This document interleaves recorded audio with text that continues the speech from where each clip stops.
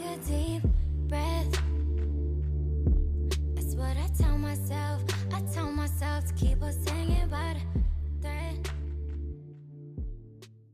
Hi friends! So today I'm really excited. I'm going to do a book review. My whole life I've been a bookworm, but just recently, last year, I found my genre. Like, holy crap! I will kind of describe it as like nature, adventure stories set in BC. Also any like homesteading stories or like small town BC, living off the land type books. Holy crap, they are amazing. I don't know if that's your style, but I really like poetic writing, and writing that's about nature is, unless it's scientific, is usually just naturally poetic. And then on top of that, there's like this element of adventure and suspense because it's like they're living off the land, and then if it's in BC, then it's even like more dangerous because not only do we have extreme weather, extreme elements, but extreme animals, you could say, ones that could kill you. So, first one is At Home in Nature by Rob Wood. It's autobiographical. These are usually all autobiographies just naturally. As a young man, he went off and built this eco-village in this like island archipelago area in Discovery Passage, I think, up in the Sunshine Coast in BC. So very cool. He has a picture of the eco village right there. He had like his own house. Actually, through this, I found out about Woof, and I signed up for it, or Woof, and yeah, because he had people staying with him for that. I think he did some like mountaineering for a time too. Also, side note, climbing books and movies are always good. That's another genre that I love. There's just like, they literally never disappoint. Also, surfing books. You know what? I will make climbing and surfing books another section because I do have a lot of those. So then I have Becoming Wild by Nikki Van Schindel, and this is about, again, an autobiography about Nikki, who lives a normal life and then she realizes she really wants to do survivalism stuff. So she goes to this survivalism school, meets a really good friend slash boyfriend guy, and then they go up, I don't remember where, near Haida Gwaii. Like, all of these stories are centered around the islands, like, I'd say from Alaska down to Victoria. And that's like my favorite area of BC that I am going to live in forever. So anyways, they get rid of all of their possessions, like all of their human tools and stuff. And they go live on this island, they build a shack, and they just get all their food, make all their clothes, baskets, all that stuff. Yeah, it's so cool. There's actually, and they like have a lot of dangerous encounters with animals. Well, it also has a lot of recipes. See, here's an example. Like natural desserts and like, I don't know, shampoos and stuff. This is the most recent one I read. It's Wild Fierce Life by Joanna Streetley, also an autobiography. So she pretty much grew up all around the world, and then she decided to settle in the Tofino area and like the islands around there. So she went out and built a float house. First of all, it has a map, which is really cool, and second of all, it's like a short story. I really like short story collections too, because I like don't have a good attention span. So yeah, it'll be like dangerous moments on the outer coast. Like encounters with cougars, wolves, drowning type incidents, water incidents, like crazy, like the waves in Tofino, they're surfable, which means you know what it means, but like they're huge and storms can just happen like that in Tofino. I can't snap. But yeah, so that was really good. I really liked that. Really quick read too. It took me like a week. I'm a slow reader, so don't judge. Okay, and then I have Chasing Clayquot. I never know if I pronounce Clayquot right, maybe Clayquot. Anyways, Chasing Clayquot by David Pitt Brooke. This is, he mostly, you know what, I never finished this, I'm not gonna lie. It talks about weather mostly and storms, So if you're really interested in that, which I am, like I think I'm going to read it again, this would be really cool. It's a wilderness almanac. So it just talks about the whole Tofino Clayoquot Sound area. But you know what? I'm gonna read this. Okay, and then I have On Island by Pat Carney.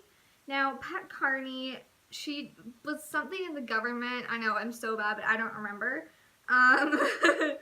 But she lives on one of the Gulf Islands. I never figured out what one. I think maybe Galliano or Salt Spring. I don't know.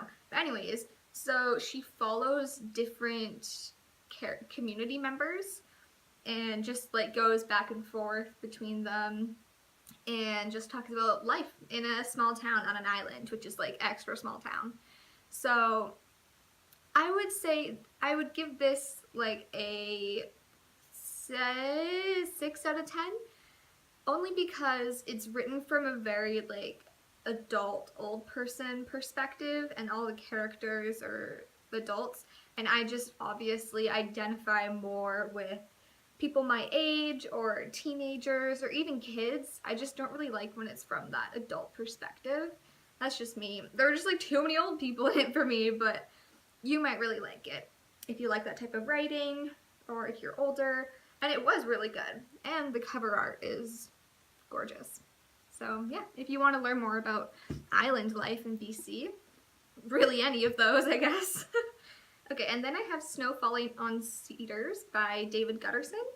Yeah, and as you can see, this was an award winner. Now, full disclosure, I have not finished this. I'm about 3/4 of the way through, but it's basically just a very good mystery novel if you're into like murder mysteries. It also has like a race element, but yeah, no, it's good. It's really good. I think I'm just not like the mystery murder crime type, so I didn't love it. I'm not loving it, but you very well could. So I would give this a read. Everyone recommends it. The last one of the physical books I have, The Golden Spruce by John Viant. I did read this for class, my favorite class actually, Canadian Environmentalism. This was so good because it was about Grant Hadwin, who cut down the golden spruce on Haida Gwaii. If you don't know about the golden spruce, it's this tree. It's not that golden. It had a lot of cultural value for the Haida people. It was also a huge eco-tourist revenue source. He cut it down because he went kind of crazy. He used to be a logger. Like, I'm not going to spoil it all for you, but it was a protest. A misinformed protest, but it's still a protest. Again, it's like a biography because it follows Grant's whole life. But anyways, so like you probably think Grant was prosecuted, and he was going to be, but on his way to court, he just like didn't go. He disappeared. To this day, no one knows if he's alive or dead. Some people think he's living on an island because he was very like into survivalism as well. And others think he's dead. Don't know. I probably wouldn't have bought it and read it myself if I hadn't had to do it for school, but only because it had a lot of like scientific talk in it, like talking, just like a lot of technical talk, which I'm not the biggest fan of, but you might be, and certainly a lot of people love this book. So, and it was good. All right, then the other 3 I have are Finding Paradise, which was about BC's utopian settlement history, and BC has always been a hub for utopian settlements or communes, if you will. I was surprised to find out that a lot of these communes were actually from like Swedish and Finnish people coming over. Next is Hard Knocks by Jack Knox. His sequel to that is Opportunity Knocks, and then On the Rocks. And On the Rocks is not funny, but his first 2 are so funny. Like, he's a humor writer. He writes for the Times Colonist, and it was literally hilarious. Like, I was laughing out loud so many times. He lives in Victoria, and he just talks about life on the South Island and living in Victoria, and I related so hard. I think that's probably why I loved it so much. So definitely if you're a Vic local or like Vancouver Island, even just BC, read that book. It is hilarious. You will die. It also talks a lot about like Canada and Alberta and the US, just like kind of making fun of everyone. So yeah, it's really good book, nice and lighthearted. Okay, and then I have, oh my god, my favorite book in the world. Are you ready for it? Raven Walks Around the World by Tom Henley. Oh, this book is so good. So it's an autobiography again of Tom Henley, who you might even know him. He's pretty famous. God, so cool. Okay, he was a draft dodger back in for like the Vietnam War, I think. And a lot of draft dodgers came up to Canada, but mostly to BC. That was also a reason a lot of the communes started. But anyways, so he went to like northern BC, Alaska. He built a little shed cabin thing in Alaska, and he just like canoed everywhere between all the islands. He spent a lot of time on the Haida Gwaii archipelago, and he loved it there. He fell in love with it, and his writing about it is so beautiful. And throughout the whole book, it's just like these things that can only be described as like the universe manifesting signs happened throughout the novel, throughout his life, that were just so amazing. Like, it's undeniable. Like, why did that happen? There's just no, it's divine intervention. Like, oh, it's so cool. But it follows his life. He creates these rediscovery camps that originally started on Haida Gwaii, but you might even know about them because they're like global now, and those are really cool. And he also just did a lot of indigenous rights activism. So those are my favorite BC books. I hope you enjoyed this video. I plan to do more book reviews because I do have a lot of books. I'll probably do one for fantasy, like sci-fi fantasy, YA type stuff, and one for poetry books, and one for rock climbing and surfing, because those are just, oh, and one for like environmental economics. Yeah. Oh, and one for travel books, and then I'm done, okay? But yeah, okay, bye.